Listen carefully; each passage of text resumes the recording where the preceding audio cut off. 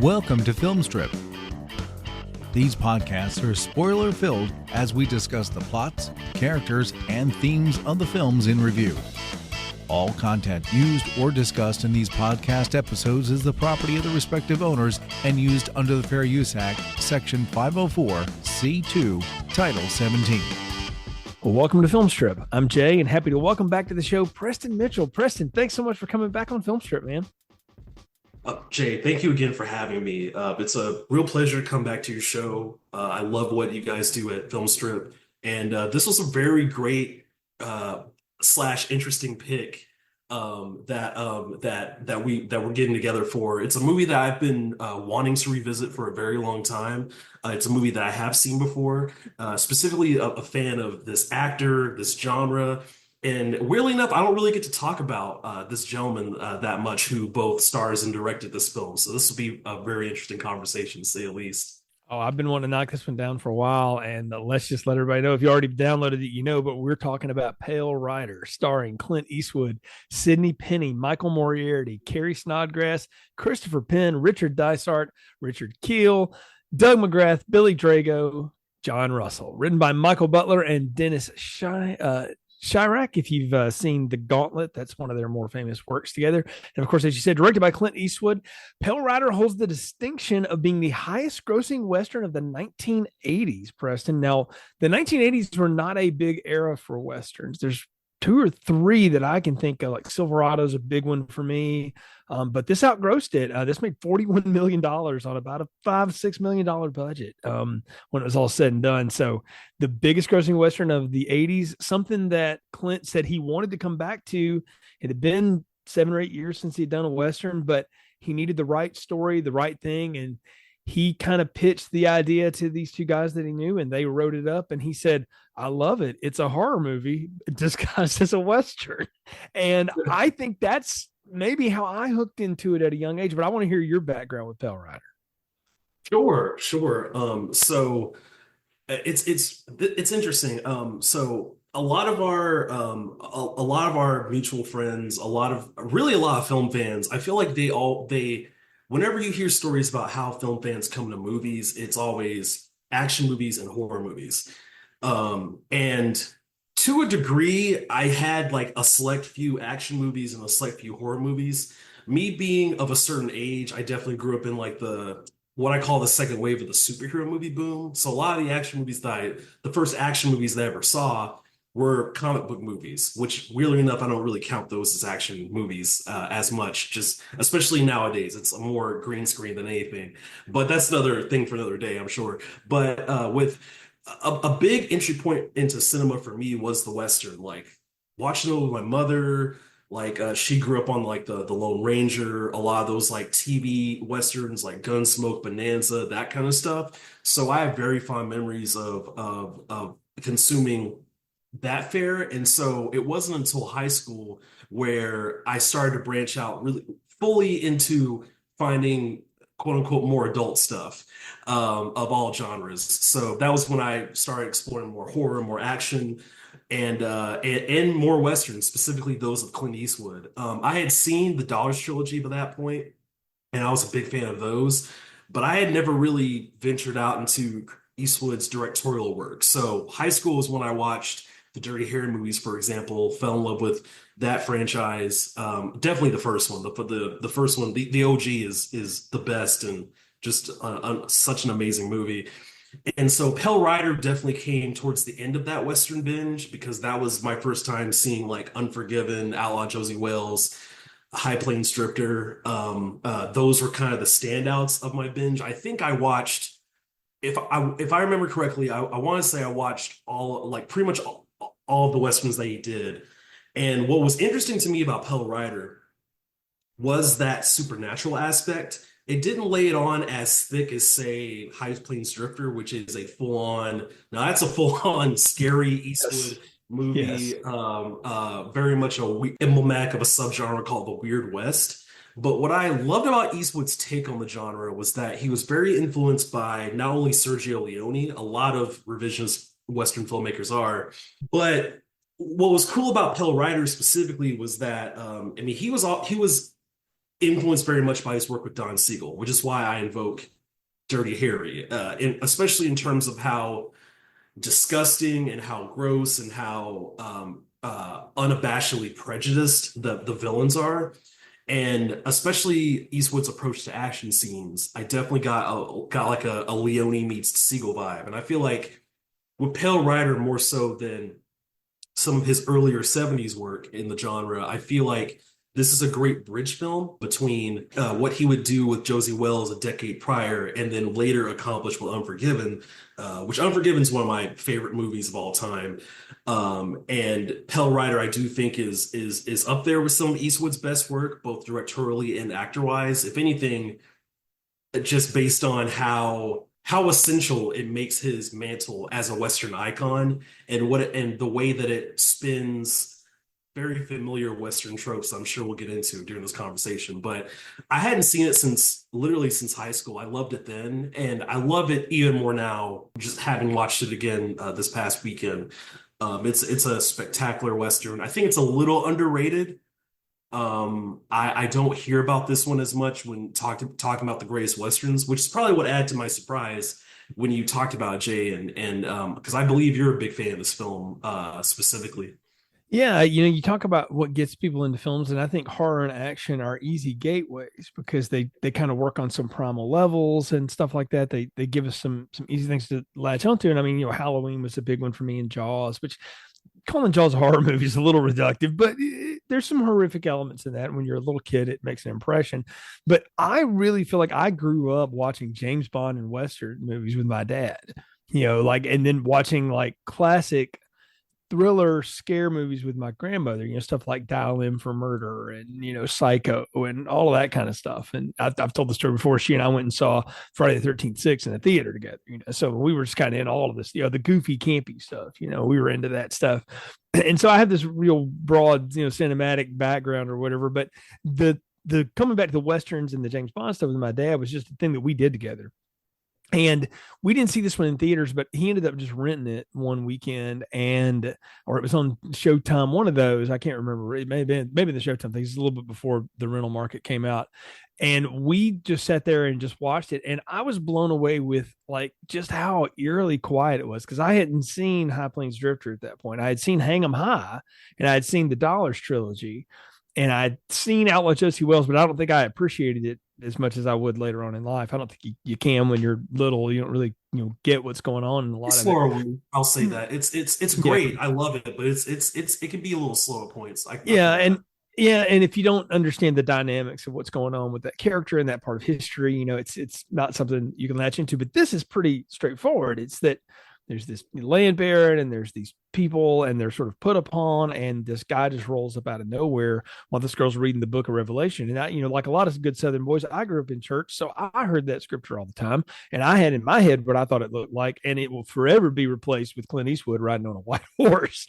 And and I think I had seen Dirty Harry at that point too. It was on like TBS or something, and so I was familiar with that, and I want to say I'd seen one of the sequels. Maybe it might have been Enforcer. I don't think I saw Magnum Force until a while down the line. But either way, I was familiar with Clint, the work he did. And so watching this movie evoked a lot of memory for me, because I remember specifically thinking, man, it's like a ghost story. And I had seen Shane, my brother's named after that book. And so, I knew Oh that there's a lot of wow. Shane in this, in this one. And the scenery in this was just captivating to me. It was years later I would get to go out west and see things like this, and just always remember thinking about just how much of a part of the story this was, and how it completely just, I don't know, just really gives you a very specific sense of what you're looking at when you're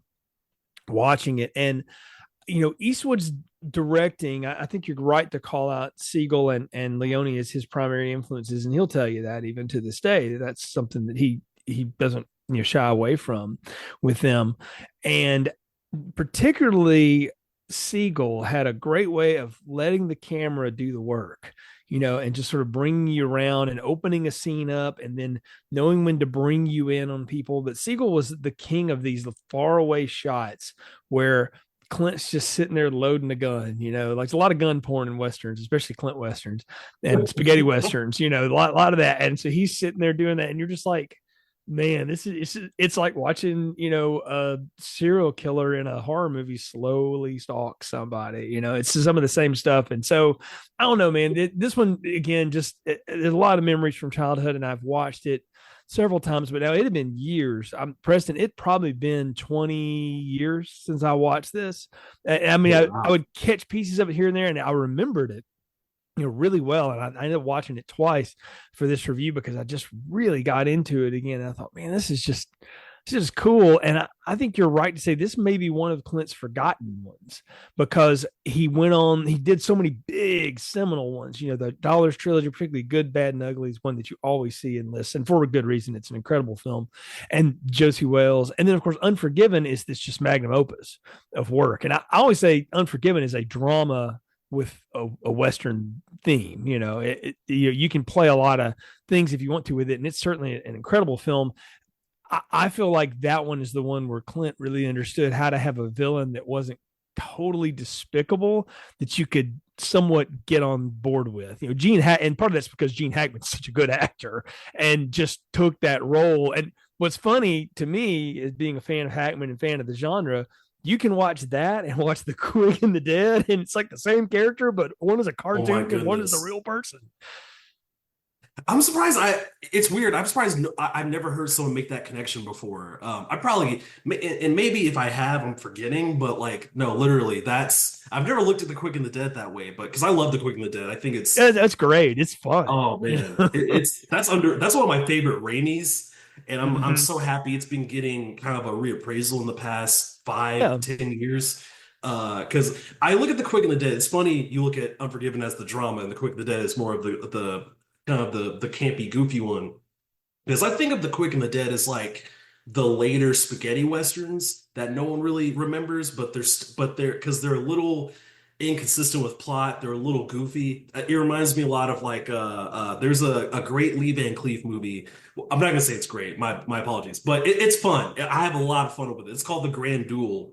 Oh, I know what you're talking about. Yeah. And it has so many plot holes and so many inconsistencies, but my God, Lee Van Cleef's performance, the young guy who's playing like his kind of apprentice in the movie, their chemistry is so much fun. If you're just a fan of just gonzo pulpy westerns, no subtext whatsoever, it's a really fun, like, I'm gonna kick a couple of beers back and kill an afternoon kind of movie. And that's what The Quick and the Dead reminds me of, except The Quick and the Dead just happens to be made by one of genre cinema's great masters. So that's the difference there.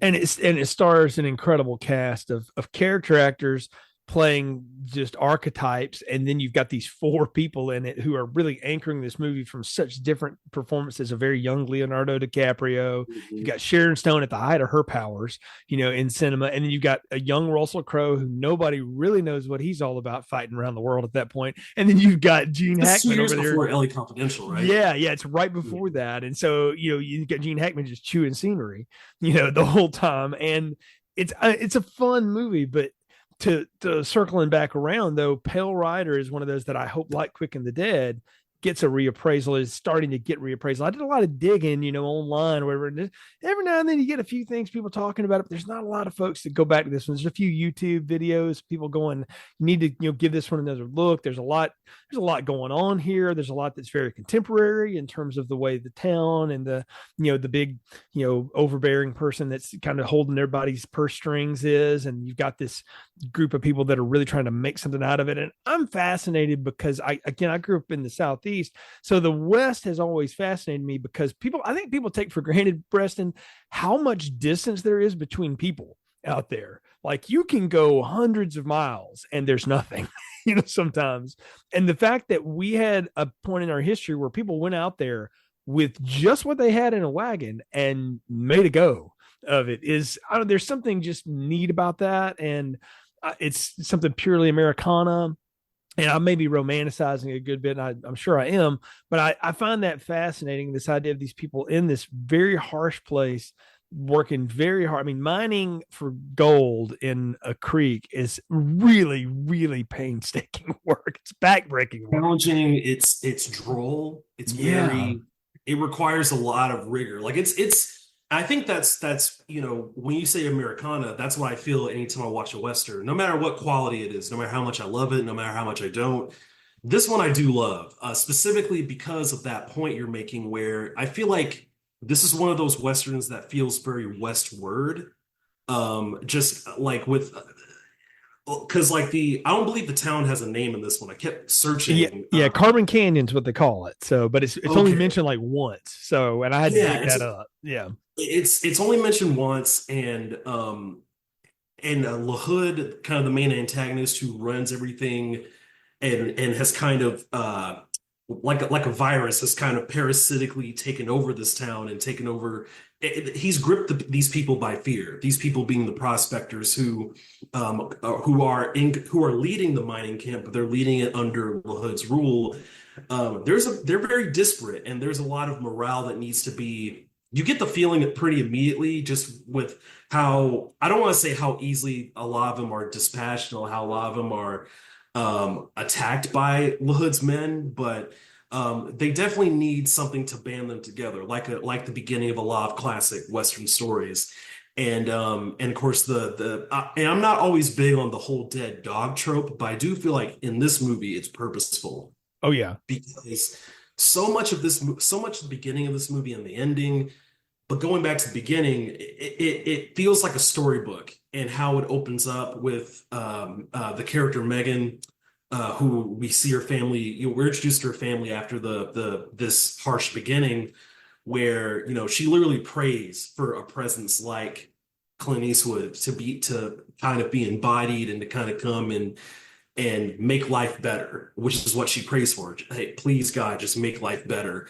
And so it's interesting to me that it's through that prayer that we see a harbinger, who's analogous to the kind of the one of the main specters of the Book of Revelation, and it happens to be Clint Eastwood, a person who she likens to both definitely platonically, but there's that hint of romance there, which I'm sure we'll get into from her end, that he doesn't care to reciprocate for a lot of ambiguous reasons. And it really is just a really fascinating look at how using the expanse of the West can be the perfect springboard for something that is so mythic and so powerful and palpable. Oh yeah, and I mean there are a lot of big themes in this that we'll get into as we go through it, and you've hit on a number of them there. But I think the idea of it being framed from Megan's sort of wish fulfillment in some ways, or desire for something better. She's the next generation that will live into the 20th century, and these people are at the end of the 19th century, and it's harsh and it's tough. And, America is about to really grow up and become this big, booming country and all that. And of course, I think people discount or don't understand like how unaffected or seemingly unaffected America was by World War One until we decided to be involved in it. That was Europe's war, and we stayed out for a very long time until the very end. World War II, we much more invested in for lots of reasons that we're not going to get into tonight. But one is a different. So that period of time, for America is different, than when you hit the 40s, 50s, and everything beyond. Yeah, yeah. And so we were seeing the kind of the turn of the clock here, because it was singular power sort of centered around these I don't say oligarchs, but these very powerful rich men who had built themselves up and amassed a lot of land, a lot of influence and things like that.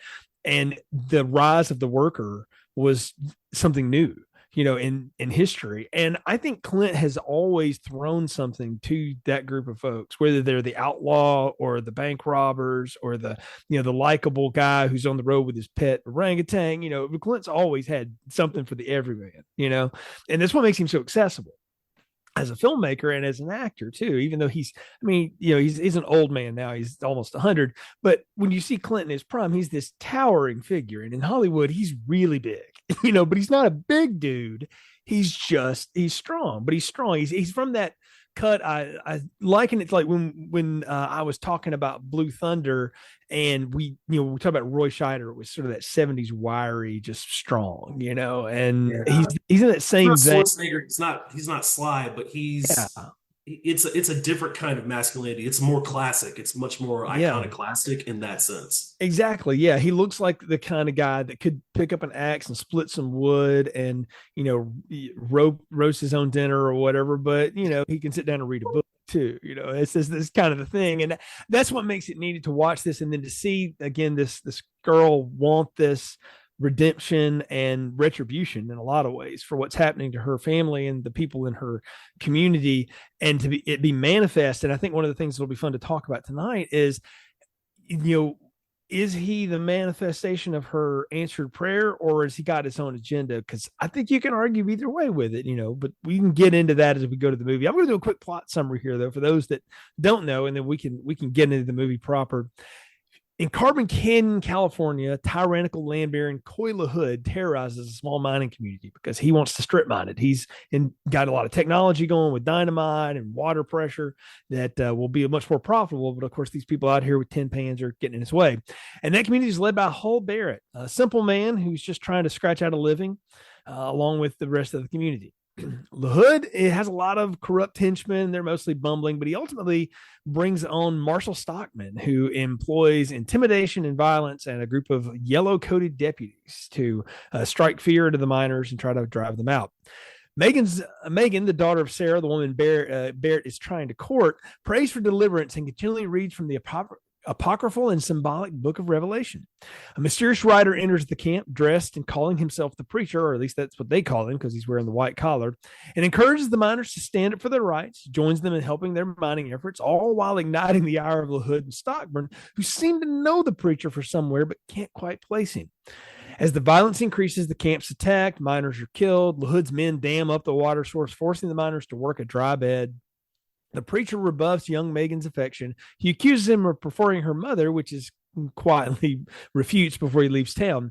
And he goes to a nearby bank, takes off his preacher's collar, and retrieves 2 pistols from a safety deposit box. And he goes and launches an attack on LaHood's men. He destroys the dam, ultimately goes to town, takes out Stockburn's crew one by one. And the preacher and Stockburn finally face off, where Stockburn realizes he doesn't need know the man before him, though he never reveals who it is. Preacher shoots him down and leaves him in the street. Hull shows up and shoots LaHood, who had a shot at the preacher while his back was turned. The preacher rides off and disappears into the sunset as Megan calls out to him and credits roll. And that's kind of the through line. We can get into the movie a little bit, but I think that the way to approach this one, Preston, is to just talk about it from our character's point of view. And I want to talk about the preacher, the Eastwood character here, and all that he is. And I'll pose that question to you. Is he I think we both agree he's a spirit, he's a ghost, that he's some sort of re-embodiment. If you want, our friend Lindsay from Schlock and Awe, you want to double this, Lindsay, do Pale Rider and The Wraith. And you've got one really classic movie and one really cheesy movie, both from the 80s, but with the same sensibility. They've come back for revenge on people that have done them wrong. But I want to ask you, do you think the preacher is Megan's prayer answered, or is it just coincidence that he shows up when he does? It's an interesting question, and that's something I wrestle with, not to the movie's detriment at all, but definitely I err on the side that she is out of her prayers. I do mostly believe that, simply because there's a number of reasons.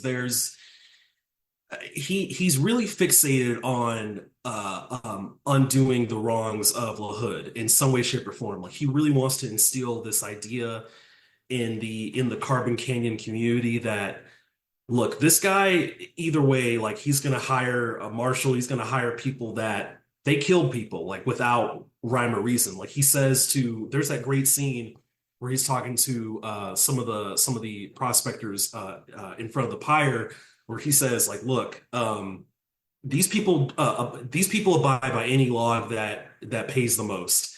Yeah. And I think that's such a telling scene, because you can tell these people they do these things because they want the promise of gold. They want the promise of financial stability, income, things that we can all relate to as common folk, I believe. And Eastwood's planting these seeds of knowledge everywhere he goes. He's proliferating it. Whereas LaHood is the opposite. He's proliferating imperialism. He's proliferating fear. He's like, hey, I have this financial power. I have this power in society, almost de facto, and you're gonna do what I say do. And here comes this guy who's pretty much fucking his stuff up. Yes. And for lack of a better phrase, Yeah. and I feel like particularly the very unique way in which Megan and Preacher bond with one another.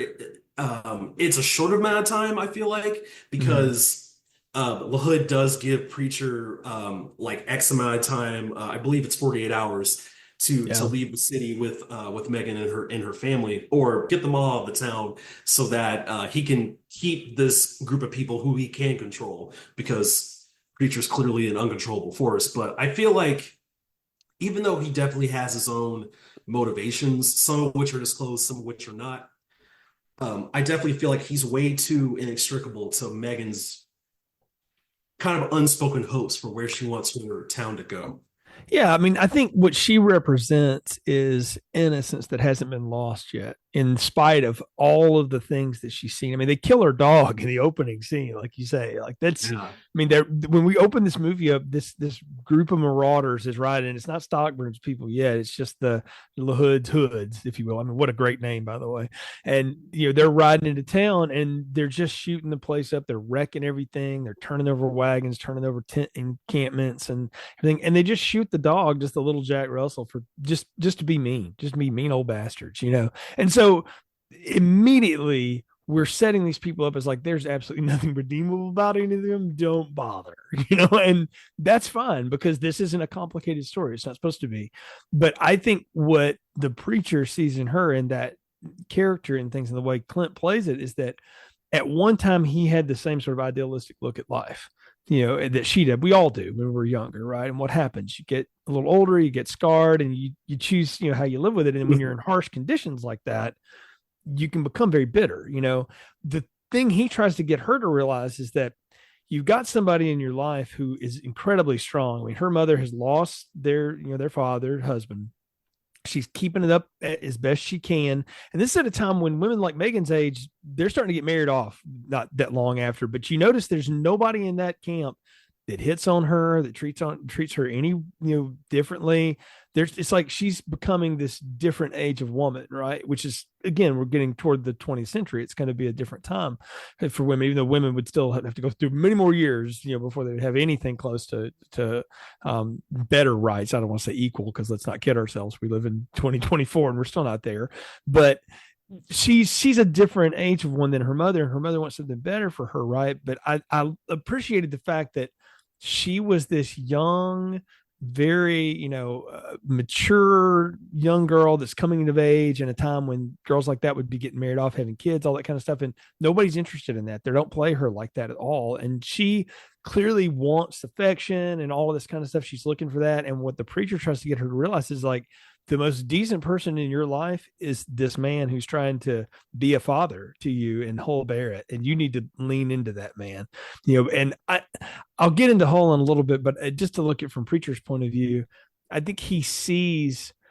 a lot of that wonderful idealism that youthful people have in her, and he doesn't want it to become wrapped up in hate and anger, because it'll just lead you nowhere. There's that great speech Powers Booth gives in the original Red Dawn when he's talking to C. Thomas Howell. I don't know if you remember it or not. He's carving like notches in the back of his gun, and he goes, "All that hate's gonna burn you up, boy." And he's just like, yeah, it keeps me warm. And he just looks at him like, damn, that's sad, and because he knows like, oh, this kid's lost, and if you know anything about that character, he's just completely gone at that point. And I don't think Preacher wants her to do that, because he also knows the realities. He got murdered by Stockburn, probably in a similar situation to what these people are going through here. We don't really know, and they don't bother to tell. And it's better that you don't know, because we were talking about this recently.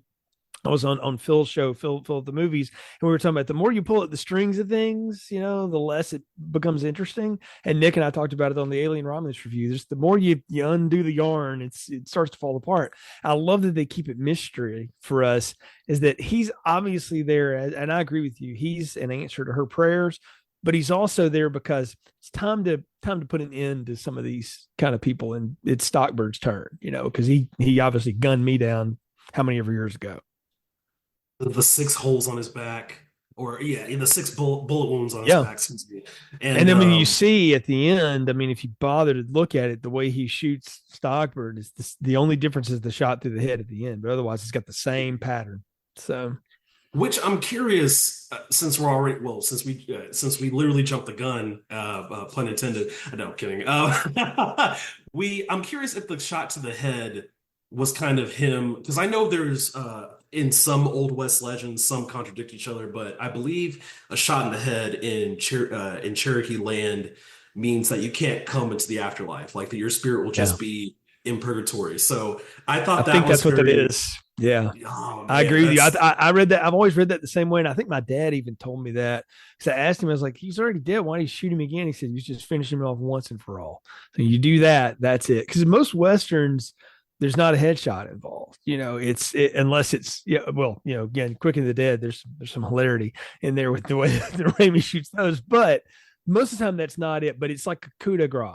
It's the ultimate. There is no coming back. And I like that construct, that idea, when the way he guns Stockburn down, and I will talk about the way he goes through and whacks the crew in a little while, because it's some Jason Voorhees shit, man.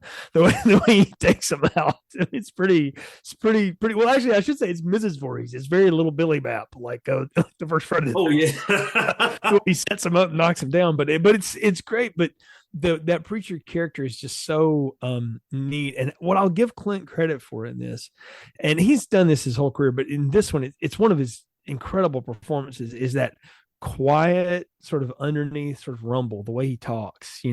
He's very normal and stuff, but when he's around that campfire is when he's his most ghostly, I say. And when he's talking to those men and he's telling them like they'll never stop if you let them have an inch.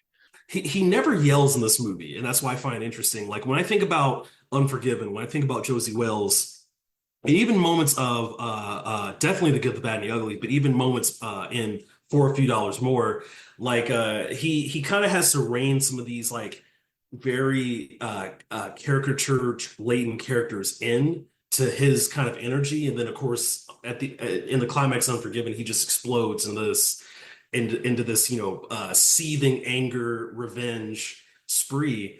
But in this movie, he's always cool the entire time, and it's not even like the typical Eastwood cool, probably because of that mythic element that they play up more so than other movies that this archetype has been in prior. But definitely going back to that campfire scene, he's delivering things a matter of fact, and there's even that moment where one of the prospectors asks him, "Do you know the Stockman person?" He says, "I've heard of him."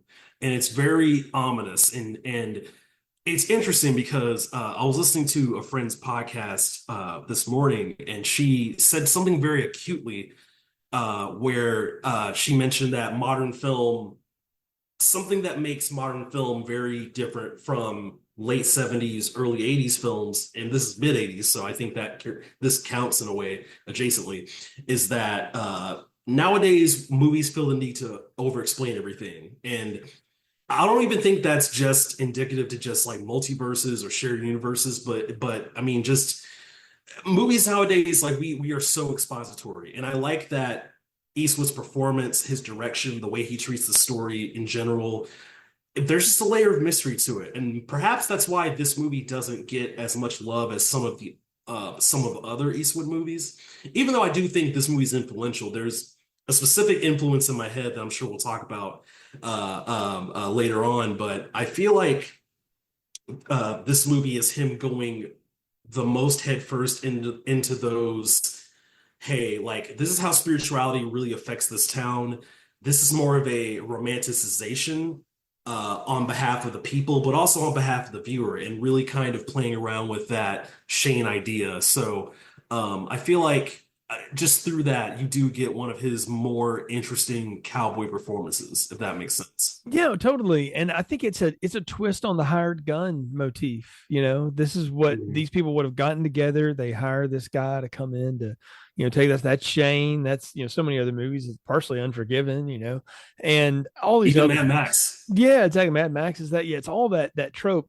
But instead of them hiring him, he's manifested because of the prayers of the innocent, and also the plight of these people who have no other recourse. The only way they're getting by, and we should mention, there's like the shopkeeps in town that Hall has to go in and get material for, and he's just having to put it on extended, and try to, we'll get you back the next time. And the guy's telling him like, yeah, we can't keep doing that, can't keep doing that. But he lets him go with it because he's not a bad man. He understands these people are out there doing the best they can. I'm just gonna hope. I'm just gonna put it on faith that hey, yeah, they're gonna make it right one day. And of course, they do. As it turns out, we see, and then some. But I love too that part of that with when Hull makes a little bit of gold or whatever, he goes in there and clears out everybody. Like, no, we're all caught up. We're good. Yeah. And just to make sure that okay, and we're good for a little while. So it's just all it takes just a little bit to get you going. And I want to talk a little bit about Hull because I think that's the other reason people don't talk about this as much is it's a Clint movie, but he's really in the background for a lot of it. Preston, he puts this movie in the hands of Sidney Penny and Michael Moriarty, and this is a young Michael Moriarty. This is pre-Law and Order and all the other things he would do, and that we know him for.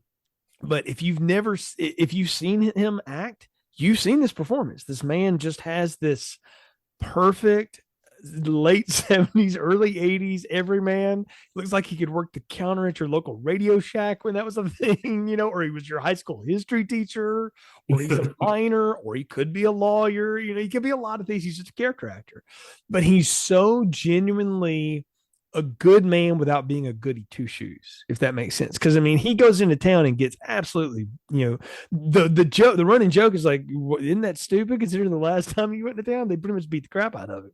And Yeah. the hoods are going to again until the preacher shows up and grabs that axe handle and puts them all down, which is a great action scene, by the way. But I love the Michael Moriarty performance because he is the grounded center and he is the de facto leader of this group, whether he wants to be or not.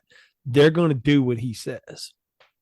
Well, that's just it. I feel like Clint movies typically have pretty I'm not gonna say big supporting cast, but I feel like the supporting cast of this movie is integral to it. But I feel like, and maybe it's the time that we're in. Like I feel like a la Josie Wells, it's anchored by the guys like John Vernon, Chief Dan George, people like that.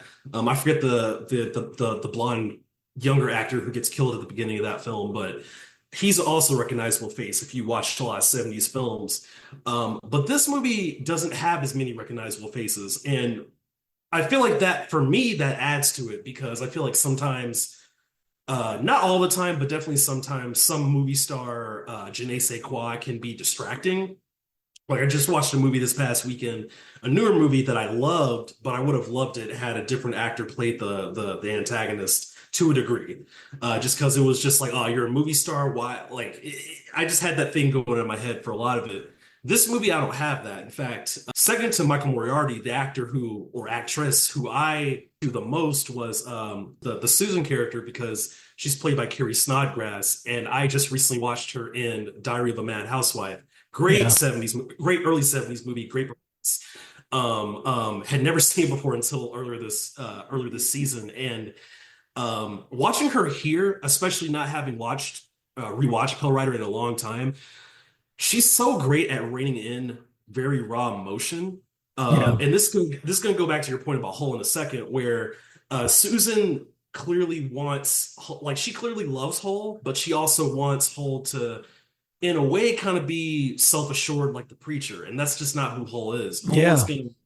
Hull is in over his head clearly. He has all these things going on. He has a this woman's daughter who's technically his stepdaughter in a sense, or it fits in that mantle, who is wrestling between the masculinity that she's prayed for versus the masculinity she actually has. And that's why Preacher has to keep imprinting on her, hey, dude, just this guy wants to be a good father to you. lean on him, please. Yeah. I'm gonna come and go. And Hull believes in this town. Like he is this town. He represents that everyman quality. And it's very easy to look over what Michael Moriarty is doing. So I'm super, super enthused that you called that out.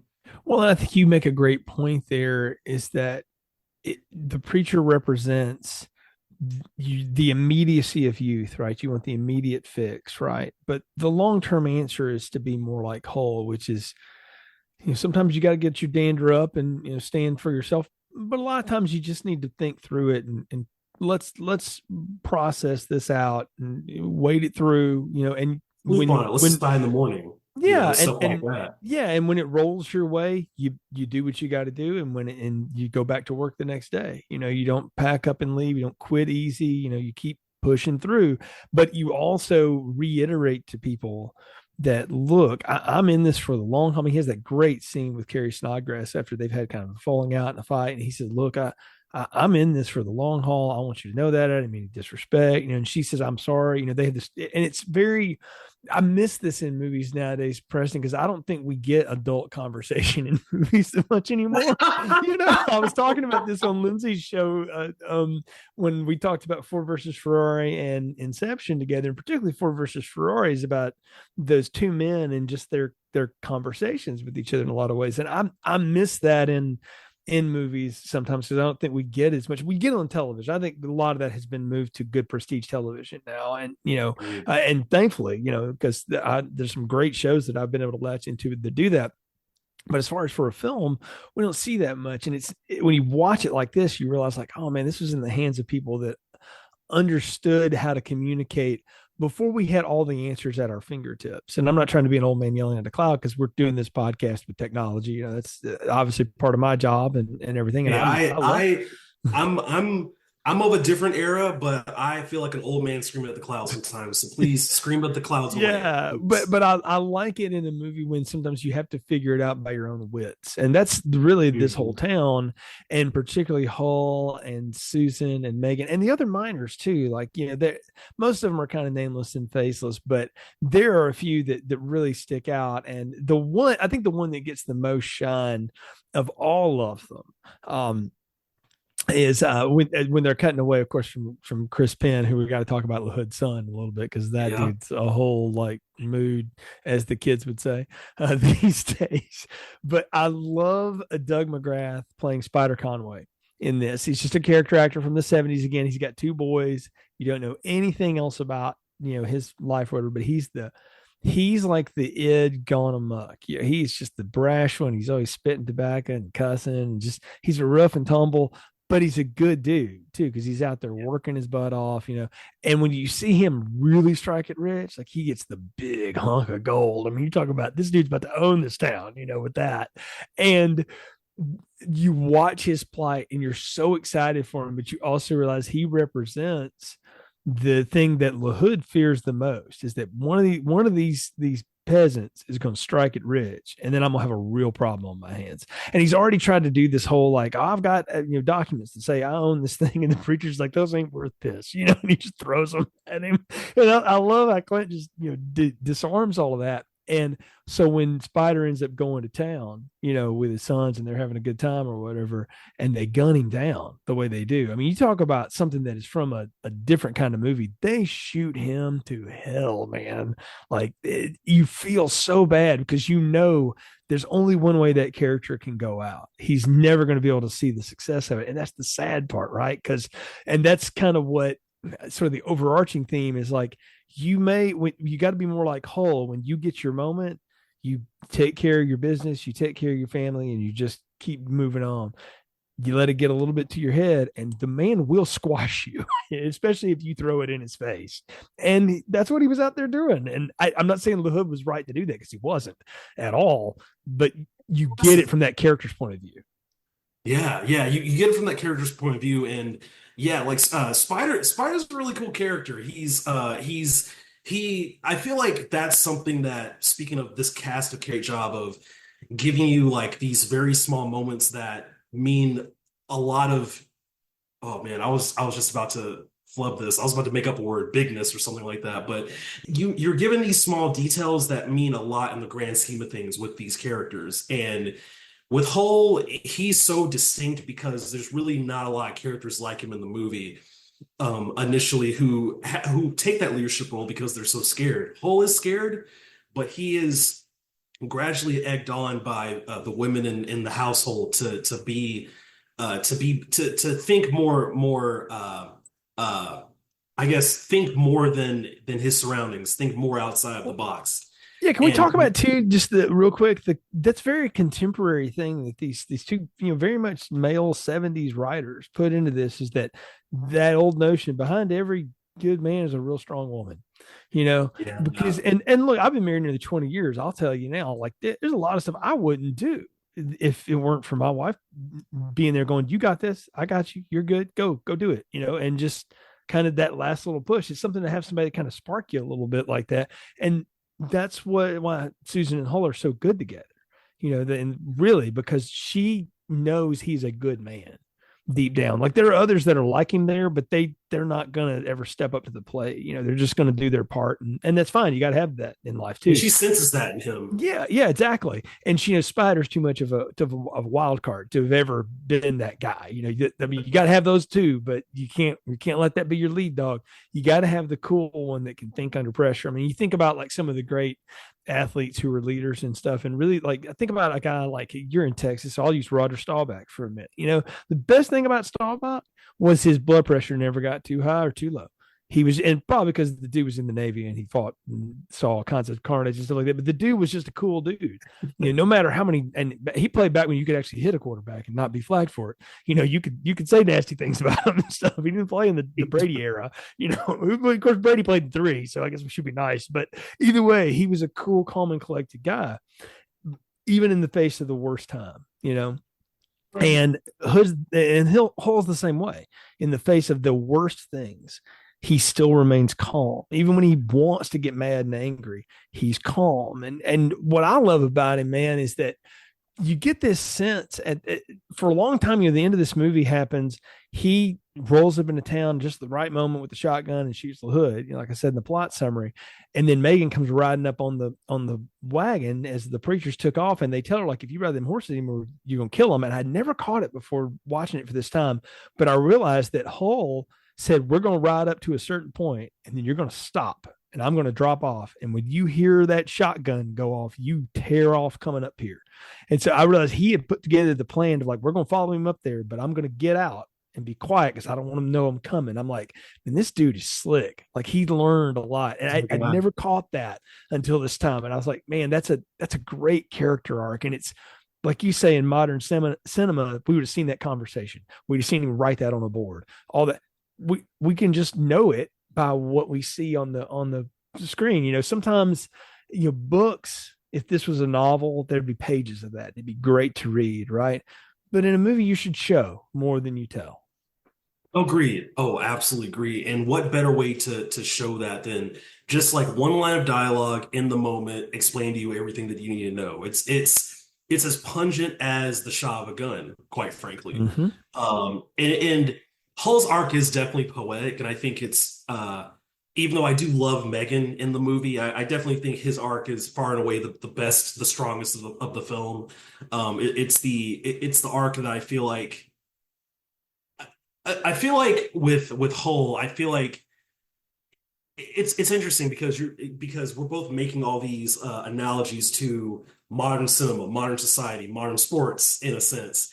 But Hull kind of represents what I think is kind of the last ideal of that idyllic man, where especially when you talk about like, oh, well, this is the type of man you want to marry, stuff like that, but also the type of man who you want to run a town, the type of man you want to be a mayor, the type of person you want to delegate jobs to other people and give the people around him, the men around him, that sense of security on all fronts. Hull definitely is that, and definitely from the beginning where everything that he knows has been shaken up, probably for the 10th time, 12th time, 20th time perhaps.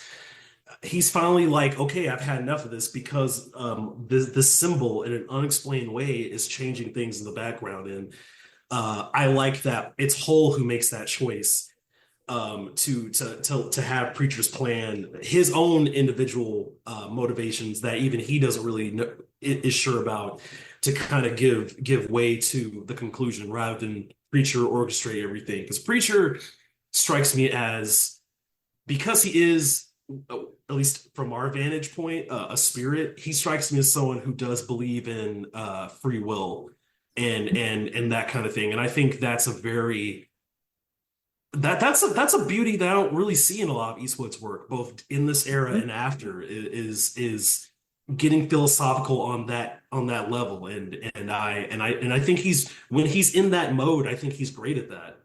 Well, you're talking about at the time too in history when that was the freest you could possibly be. We were a country, that was buying territory and things like that. But if you were so far removed from anything that was happening in the original colony, and so this is post Civil War and all that, but that would seem like it was a totally different country that to anybody else. It would be like what happens in the Middle East or in Europe, and in Asia for us. Sometimes we go like, oh gosh, that sounds terrible, but we have no like frame of reference for it, right? Because we don't live that every day.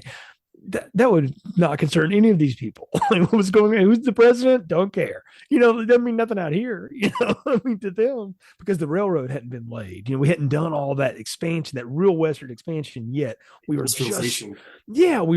we hadn't hit the industrial age yet. We were right on the cusp of it. And I think the thing I noticed this time about it, and you just said it, Preston, was Hull goes through such an arc, and the Preacher seems to be kind of the catalyst to a lot of it. But all he does is unlock what's already in Hull anyway, because Hull goes to town after that opening raid, knowing he got his ass kicked the last time. Probably wasn't the first time either. And it's probably going to happen again, but it's got to be done, and somebody's got to do it. So it's my responsibility. He takes the responsibility, and all the Preacher does is give him the shot in the arm to go, look, the people that believe in you here should give you all the confidence you need to stand up. But I'm here to tell you, these people are just men. They're just people, just like you. And if you stand up to them, they're going to fall, and moreover, that's what I'm here. So don't worry about it. It'll the forces above you are much larger than you will ever know. So don't worry about that. You do what you need to do, which is take care of your family, take care of your community. That's why it's so neat to watch him go through that. And but again, if you watch this movie knowing how it ends, and that's why it's so great on a rewatch, that opening time when he's heading to town, you're like, he's already made up his mind.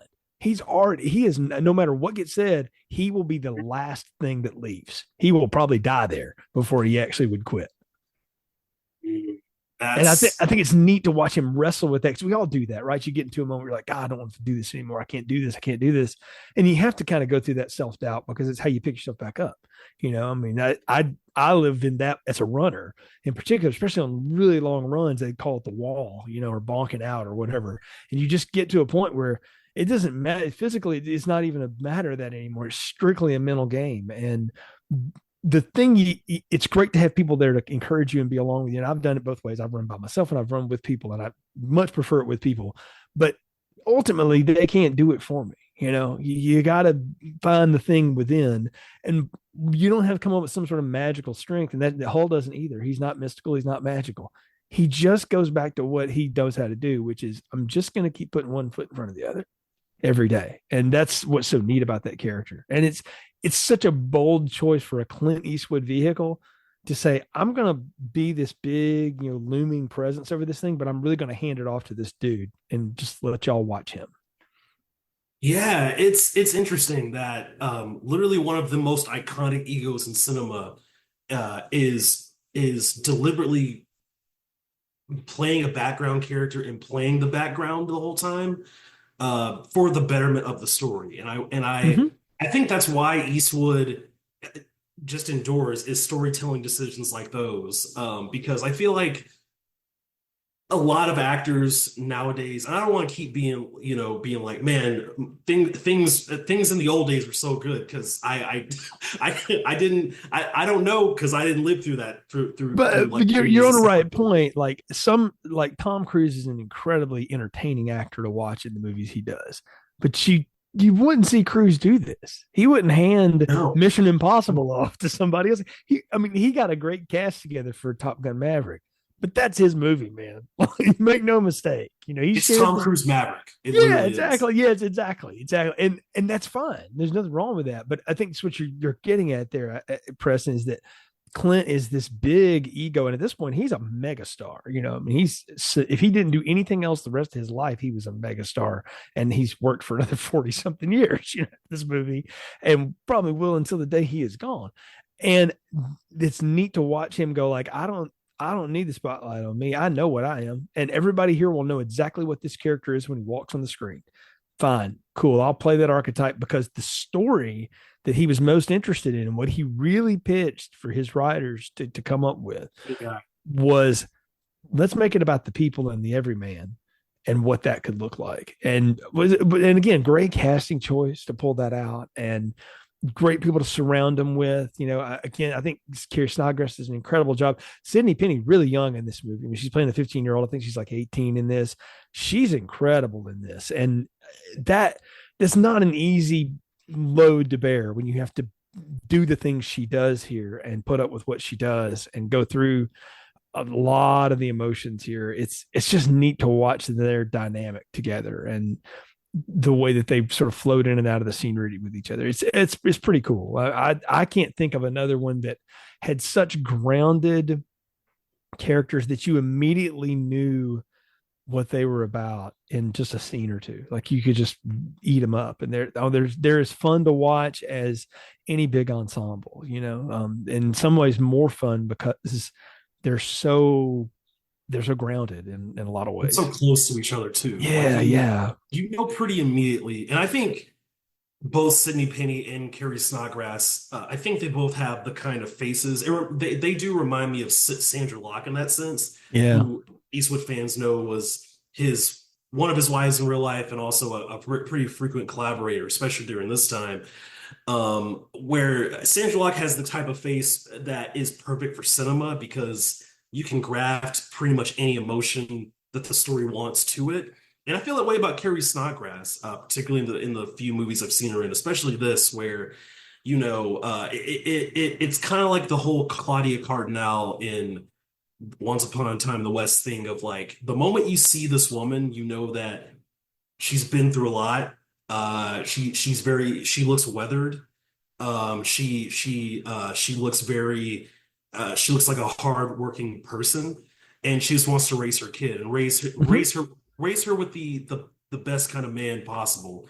And Sydney Penny plays that idea, and but also plays the jealousy in that scene Mm-hmm. where she's telling Eastwood, hey, like I think I want to settle down with you, and then she's like, okay, you don't want to. Well, are you looking at my mom and stuff like that? And it's these very petty juvenile things that Yeah. younger people do, but but I feel like you get that just through these adult conversations, but more so through just the way that they carry themselves.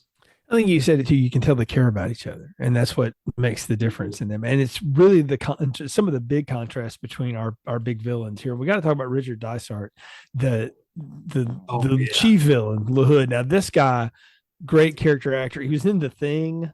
He did that. He was in Wall Street. He was on L.A. Law. Hanging there. Yeah, I mean, yeah, the guy had an incredible career, and he was somebody that Eastwood was like, I got to have this guy for this because he'll play it without being, there's so many cartoons in this movie. There's all his hoods. There's Stockburn, who's going to be a total, evil henchman, kind of situation. I got to have somebody that people could believe in as an evil man who isn't twirling his mustache, on the sidelines and stuff like that. He would be or playing it big, and I think that's what I'm trying to get at. Is he doesn't play it big. He plays it very, very unassuming in a lot of ways, which is wild for a man that is a land baron. And I don't know. I loved his acting in this movie though, and I loved the way that he's such a sleaze. I mean, he's total Gordon Gekko before his time, right? But Oh yeah.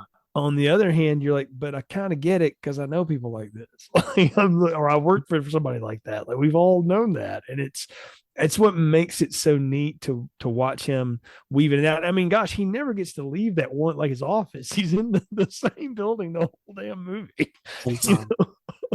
But you get a sense that's where that guy would hold up, right? Because that's his fortress of solitude or whatever. Because he Well, owns something that town. Right, right. Well, something that I took immediate note of, because when he comes on screen and before he goes into the office, he's getting off a train, he's talking to some of his comrades, and he's just like, "Look, like, oh, I had a great time in California. They had people working for us at every Chinese laundry and Mm-hmm. 2 hours for every for every person at the laundry." And so that's such Yeah. a great way of just telling the viewer, okay, this guy not only looks down on people below him in terms of class, but like he's also racist, he's also Yes. misogynistic. Yeah. And if it were any other movie nowadays, once again, I feel like they would go through a few more gymnastics to get to that statement. Whereas you know that immediately, and so you're like, okay, I don't like this guy already because I've been conditioned in Westerns to not like this type of archetype. But the dialogue and the performance Yeah. brings some life to it that makes him feel like a real world villain as opposed to just being a super villain type. So I Well, really appreciate that. I think you said it. It sets it all up in that one line of dialogue. Like that's all we need to know. We meet That's that guy it. and we hear him say it, and Clint has said, and I even watched some old interviews that they did, around this time when he's sitting out on Carmel, on his boat or whatever, and he said, "Yeah, I didn't want it to be too deep or difficult. We're just going to leave a lot of things mystery, and you're going to know who the good and the bad ones are pretty quick." And I'm sure he told us like we need to give this guy a line of dialogue that's because Clint's all that efficiency when he shoots movies. If you know anything about his directorial history, we're not doing 50,000 takes. It's not Stanley Kubrick. You're gonna shoot that bad boy and move on. They set that up and probably did it in 2 shots and said we need to.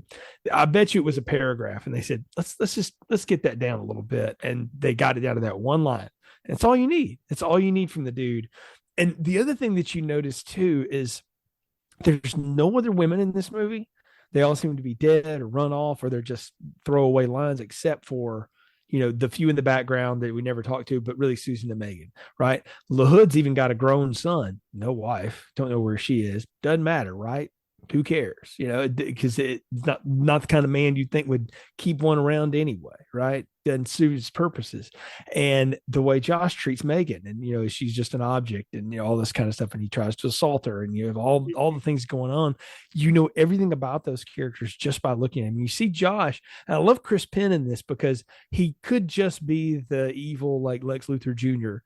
kind of thing in here, and he kind of is. But he has one scene where he's trying to impress Megan with all. I mean, he's an engineering genius. Like he has helped his dad figure out if we get that water running down, anything about water pressure, you just shrink the pipes. You want a real little pro tip at home, kids. You want more water pressure in your shower. If you can get to your pipe, just shrink the pipe just a little bit, and it'll do it for you. You don't have to do anything else. You don't need bigger valves or anything. It'll do it. But they figured out like we get it running downhill enough, man. I can get enough of a blast. I don't need dynamite. I can blow through all kinds of rock in a day and get all this gold out of it, mine it out. He's a smart guy. You're like, oh, okay, yeah, there's something to be said for this. He's not an idiot, but he's also a complete asshole. Yes. And that's what you're like. You'd be awesome if you didn't suck, because we all know people like that, right? And that's what is when Clint goes in and rescues her, and the way he shoots the gun out of his hand and then blows a hole right through his hand. I mean, you've wrecked that guy's life because you ain't getting that fixed, man. He broke every bone in his hand with that 44 slug. I didn't think it was possible to I hate to say on a podcast, oh my goodness, someone might clip this someday, use it against me, that you would feel bad for an assaulter, but that is kind of like, oh man, like that's like it's immediately after he's done all this horrible stuff, like you literally shot this guy in the hand, and Chris Penn plays that perfectly, like he plays the character perfectly. Where you're right, like he's smart enough to know, okay, I don't know if I can take Preacher by myself, so I'm gonna get Jaws from the Roger Moore movies as my right hand guy. When he takes him down, okay, I need to I'm gonna try and take matters to my own hands, and he fails because of it. It's that it's Yeah. that super genius hubris that is his Achilles heel, and I think that that's very apropos of once again life. Yeah, yeah, completely. And that's what makes it so neat the way the preacher dispatches him and those other guys. He's already beat the crap out of all of them with the axe handle, like we said. They get jaws from Moonraker and and all this in Mhm. there. And the way he swings that sledgehammer and just right between the legs and bring that old man to, and poor Richard Keel, he was in such bad shape at this point. His back was so bad, and the poor man was in so Yeah. much pain. And there's one scene you can kind of see he steps up on something before he gets on the horse.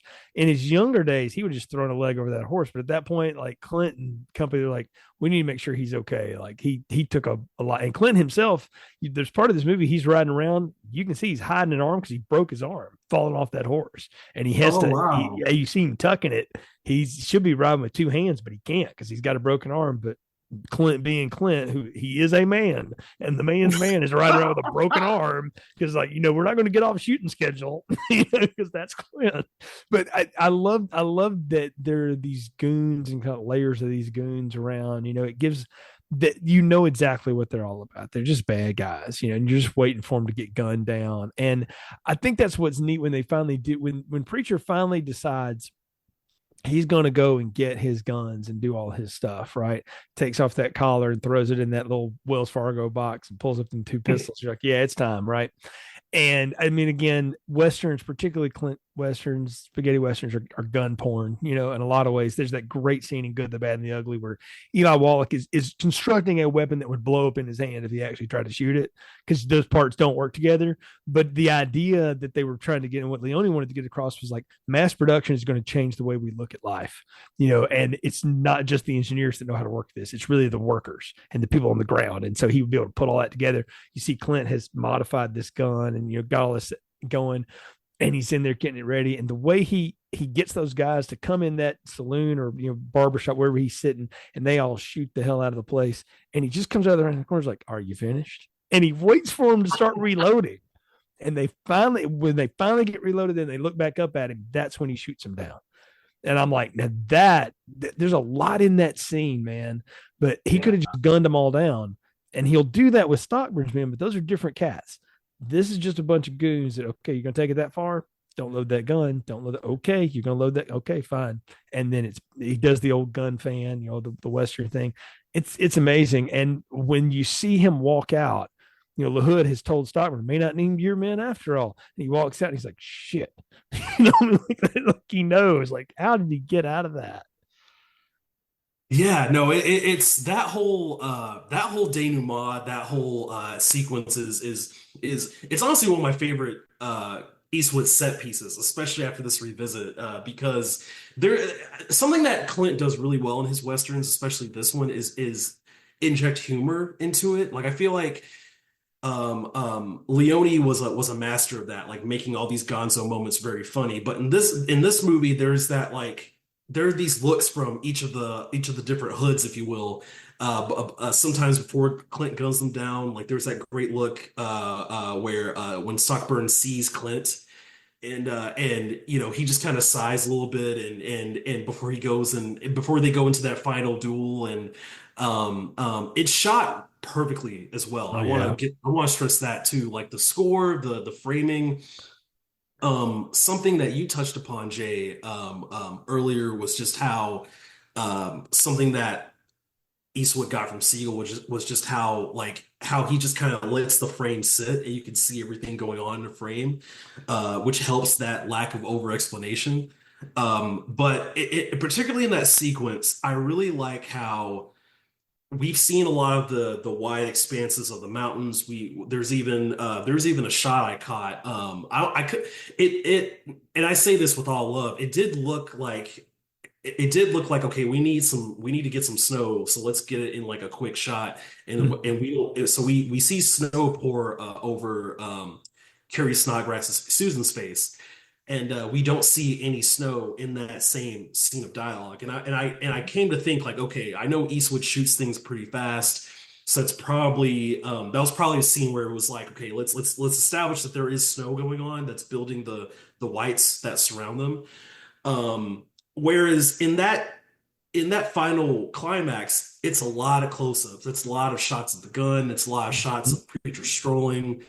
And the one of my favorite things about a villain death scene, I just have to stress this, is the final look that they give their assailant before they finally cap them. And I love how Stockburn looks at Preacher, and you know immediately, oh, he finally recognizes and remembers Yeah, him.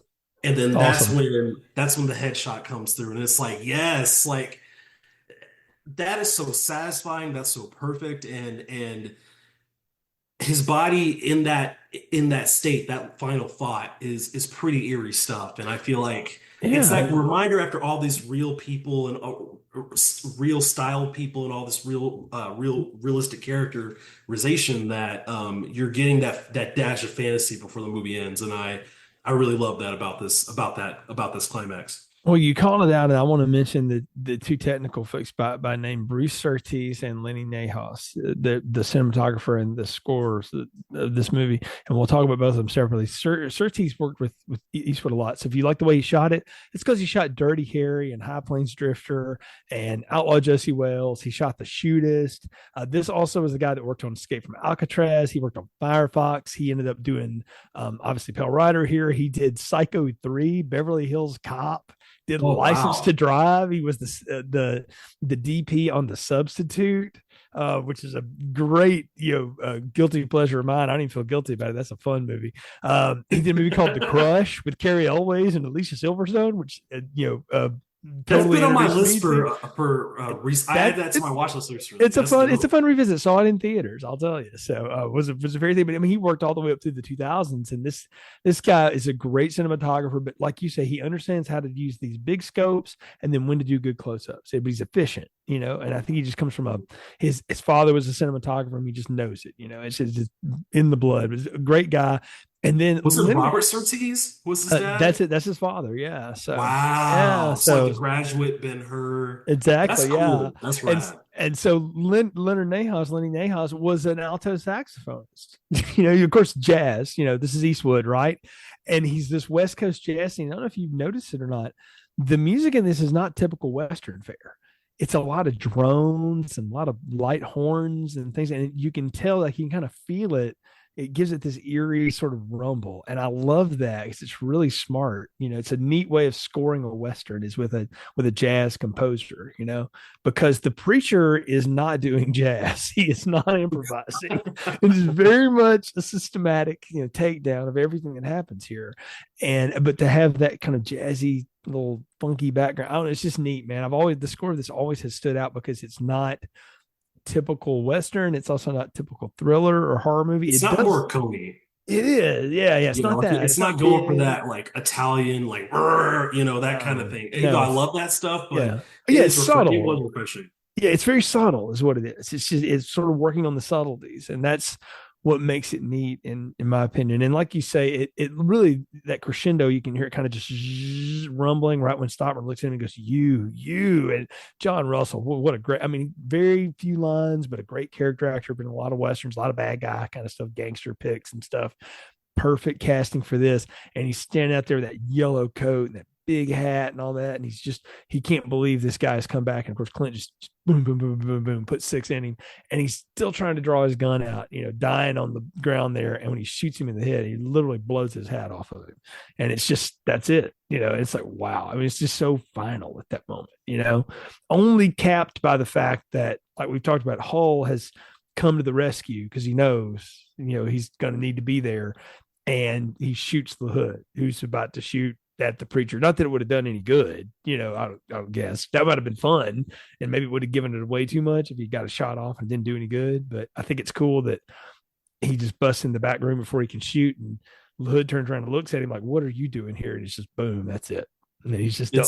It's the final act of courage on Hull's behalf, and Yeah. it's the literalization of him standing up to his suppressors. And I think Mm-hmm. that it wraps around and tying that to him saving Preacher, saving in quotes, is just such a great way to cap that character story off. And that's something I think that is really cool about this movie. There's sometimes where in revisionist westerns, I feel like they can be accused of being too mean to their characters, and I feel that to an extent, as much as I love revisionist westerns. But with this movie, there's such a will to there's such an optimistic look at the good guy can win. They just have to go through hell to get there sometimes, and that's ultimately to me what Pale Rider's about. The everything going on with Preacher, his vendetta, is what his consternation with the Hood's greed is on a personal level. That's just the window dressing. Ultimately, what Pale Rider is to me is people thinking about what their lives could be and how that willpower, that wish can literally materialize into something that they can see for themselves, but ultimately it's within you the whole time. And I think that's really, really cool. And I love their final exchange is Clint's Mhm. on that horse and he looks at him and says, "Long walk." Yep. And that's it. And it's just like more films should end that way. It's just like, okay, but it's that mutual respect, Yes. of thank you, but I don't have to say it. It's just, yeah, the men of a certain age, it's how they said that, it's how it worked. And then Megan comes up with kind of the Shane ending, we love you. I love you, don't go away. And he just disappears off into the Preacher. snow. Yeah. Mhm. And but I love that. I love that's sort of the tag on, but to me, the movie ends with long walk. Yep. It's like, well, but I love, but what he's saying in that moment is that you've come a long way. Yeah, sure Yes. have. Thanks a lot. Appreciate it. And because I mean, you look at it, the townsfolk have come out now. Like we've only ever seen the two shopkeepers, right? But everybody else kind of comes out now, and they're like, "Oh God, we're free." Like they've been under the thumb of this guy too, and they're like, "Oh, thank goodness." We can move on now. We can do what we want, or we just get out of here. Whatever. He's kept them in place for all this long, and anytime the oppressor's lifted, it's like this big breath, and this movie takes a big deep breath at the end, which is so cool. Yes. Again, other movies would either overstay that and rightfully so. Sometimes you got to have a big ending like that the ending of Unforgiven is awesome, where he talks about like, I'm gonna burn your damn house down and shoot all your friends and all, all that stuff. I mean, yeah, that okay, And he yeah, I walks got, out, and his friend's body is there in that yeah, coffin for if you everyone to don't see, and he bury just him, leaves I'm it gonna, there. yeah, you better do it right. It's after he's, gunned down everybody, shot Gene Hackman, the great scene between the two of them, but he runs off. But then the movie takes a big deep breath at the end, where it's just a scroll of like, he went and made a living in dry goods, and nobody ever heard from him again. So it's like, wow, like, how do you walk away from that? You pick up and you move. That's what you did. But Yeah. you get a sense, and I, you don't know, like, okay, what comes of these people now or whatever, right? Doesn't matter. They obviously they settled the West, so they probably moved to a different place. Maybe they came to town, ran the town for the next group of miners. Who knows? Doesn't matter. It was about 72 hours of their life we got to see. And that's the other thing too. You brought it up earlier and it hit me. I was like, yeah, this is really like 3 days. Like just Yeah. wild. I mean, it's It cool to think so about. many movies, so many westerns. They're about like because I think even Shane is it's set like several weeks. Like the searchers, Mm-hmm. it takes Ethan Edwards' quest multiple years in order for them to find Debbie. And whereas this movie, it's like no, this is just 2 or 3 days. We're gonna Preacher's literally gonna dip in, dip out, do his thing, and but within that that's what I find so remarkable about the characters, the character arcs in this movie and what the movie's juggling is that they're so fully realized and lived in, and I feel like you Mm-hmm. know more about this world within these 2 to 3 days versus a movie with way more bells and whistles, way more stuff going on. And this movie is just a reminder you don't need all that stuff. You don't need Mm-hmm. a lot I mean, this movie, again, there's a lot of effects in bigger budget westerns like from the 70s and 80s because they had technology to have all these blood squibs and stuff like that. This movie doesn't even have that. It's It's just pretty great shoestring. craftsmanship Yeah. from Eastwood's part, and I think that's super dope. Yeah, I mean, yeah, he took a little bit of his money together, pulled some things together, talked to Warner's, got distribution, put a few $1 million together, and boom, made this huge hit. And I mean, this movie made $41 million. Nowadays, if that's your weekend, you've bombed, or whatever, right? Right. But this movie was huge, And what's funny is like the critics, like some got it, some didn't, some were like, and they just kind of because I think at that point in time we weren't really into westerns again. Like it felt kind of passe. Like, oh, he's just going back playing the hits. Like I think even Ebert said that. It's like he's just kind of playing the hits. Like it's not bad. It's just not. There's better versions of it.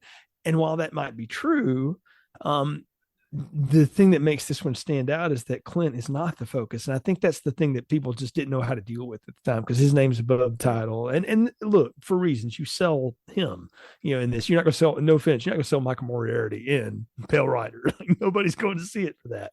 They're going to see And I think Clint. Dirty Harry was still big at the time because Sudden Impact had come out Yeah, 2 years before, that and had Go Ahead, happened. Make My Day. That's like the quote of the franchise. It comes from that Exactly. fourth movie.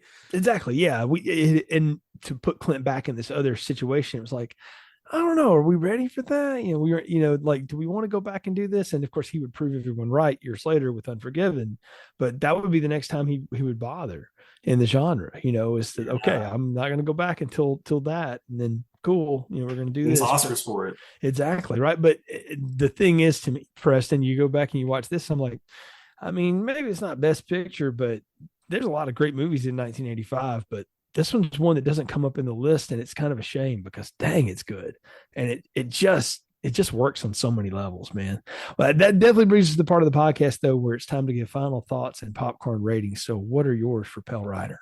Goodness, I definitely think for a decade where, I'll say this for, I feel like from as much as I love Westerns, my interest in Westerns, and I went on a big Western binge last year. I watched, I think according to Letterboxd, I think I watched about 52 or 53 by the end of Wow, 2023. nice. And that included a few revisits and stuff like that. But I really wanted to dive deep on the genre and kind of figure out what my taste is with the genre. What's my relationship with it after all these years? And what I found was what people say about comic book movies now and how they're kind of diminishing returns these days.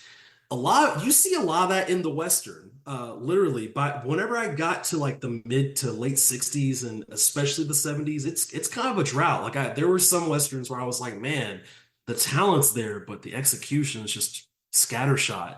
And I feel like that's maybe why by the time you get into the 80s and you have the birth of Star Wars, and that gave way to Star Trek feature films being a thing, and all of these, the golden age of Spielberg, as it were. Westerns were probably seen because there were so many mediocre ones up until that point that people forgot about the great ones. And here you have a guy who was there for one of the probably the most pivotal transition between Hollywood star going to another country and becoming a bigger star over there, then coming over here and rocking the genre. He's just like, look, I'm going to use my Dirty Harry cred. I'm Clint Eastwood now. I want to make a Western and I want to make it my way. This movie is so demonstrative of his understanding of the genre, his understanding of filmmaking within it. And I think more people should reassess this. I think it's far and away one of the best Westerns between the 70s and the 80s. I do think it's a pretty pivotal bridge film between his pre-Unforgiven work as well as that film. Definitely with the mythicism, the themes dealing with humanity, how it approaches darkness in a very pragmatic way in some respects, but a very understanding one. And at the risk of me rambling further, I just think it's just a great movie, and I really hope this episode, especially with this lovely host here giving me the chance to talk about it with him, I really do hope more people check this movie out because it's a great, great film. Honestly, I give it full popcorn. I give it a four. I give it a four because based on the type of Western that it is pulp at the fore and subtext at the back. There's a lot of Mhm. great subtext. It's not trying to be the Wild Bunch. It's not trying to be the Best of Leone. It is very much taking from the great Westerns to just be a Western. And I feel like sometimes that can be undervalued in today's day and age, where you're going for you're inspired by the greats, but you just want to be a fun, great, memorable popcorn movie. And I think that that's where the merit of Pale Rider lies. So I don't think there's a whole lot of flaws to it, but I do think that it's really solid. Mhm. As opposed to just going for the stars, but based on its ambition, that's the highest praise I can give something like this. I echo a lot of what you said, Preston, and I'll add to it with this that in terms of like things to sort of put this in the realm with, if you're going to pair this up with other Clint Western stuff, and I do think it fits well with a few, I would say Hang 'em High and High Plains Drifter are good preambles to this, because Agreed. the difference is though is that operates very much as a those two movies are very much about like rage unleashing in a lot of ways. Whereas this movie is about sort of knowing when to lay back in the cut and wait for your moment. You know, we alluded to it, but the way he takes out Stockbridge men one by one, he's talking about it's very Jason-esque. It's very Mrs. Voorhees, you know, in a lot of ways. But it's cool, and it's a trope you see played out again and again and again in the westerns. And it was one that he had done himself. You know, he'd done it in the Dollar trilogy. So it's almost Clint going like, I got to throw one to my buddy Sergio, because this is where that comes from. But I love that about it, is that it can be an homage without being too much of like, for lack of a better saying, like fan service, right? You know, and that's a fine line. And I love that in this movie. I love the subtlety of it. Again, you've got great character actors just pulling off cool performances. And it's not a movie that wastes a lot of time. It gets in and out. The scenery's great. The music's incredible. It's a lot of fun. And I too hope that this brings a lot of people into you reassessing it and taking another look at it, because it's definitely one worth revisiting if you haven't had the chance, and or if you haven't in a long time. And I'm certainly glad that you were willing to come on and geek out about it, you know, with me. And so I had a chance to read it, because like I said, it's been 20 something years since I've seen it. Now it's going to be in the rotation a lot more frequently, because it's just so good. So I'm large popcorn with you too. I think it's a strong movie, and has been such a fun one to discuss with you. Thank you, seriously, for having me on for this one. I feel like, I mean, I'm happy to podcast about any genre, even genres I might not know as much about. But I mean, my bread and butter, one of them is westerns. It's something that Mm-hmm. I feel very passionate about. I feel like I wish more contemporaneous film fans would go back to them and kind of analyze and realize that they do have a lot to offer on a thematic level, as well as an entertainment level. And one last thing I do have to mention. So I did grow up reading comic books here and there, mostly superhero stuff, but there's a really great comic book series that came out from the mid 90s to the early 2000s. If you're a fan of the film, it's worth checking out the Preacher series that Garth Ennis did in the mid 90s, which the character, the title is literally Preacher. Like it's literally a revenge. It starts off with the perfect lead up to a revenge story, and it plays with these same dark supernatural elements. It's very gonzo. It's very pulpy. It's perfect for a comic book, and it would not exist without Pale Rider, literally. And so, whereas you look at like Red Dead Redemption and video games like that are very influenced by the Eastwood Westerns, this is the preacher character influencing the comic book medium. So, definitely look into that. It's a great series. Highly recommend it. And it even spawned a TV show for AMC. So that's just had to put that out there. No, that's awesome. I'm glad you brought that up, because I hadn't thought about that connection. But that's a fantastic one. And again, there's so many things you can tell this is borrowing from, but then it led to so much other stuff too that you don't even Mhm. realize that it is. And so, I mean, again, I don't know what, and Mike Marvin will probably never admit to it, but I guarantee you he saw this movie when he was putting the Wraith together, you know, because that movie came Oh out a year or yeah. so later, and because it plays so much like it. And I'm not kidding. If you want to do a heck of a double, there's one for you.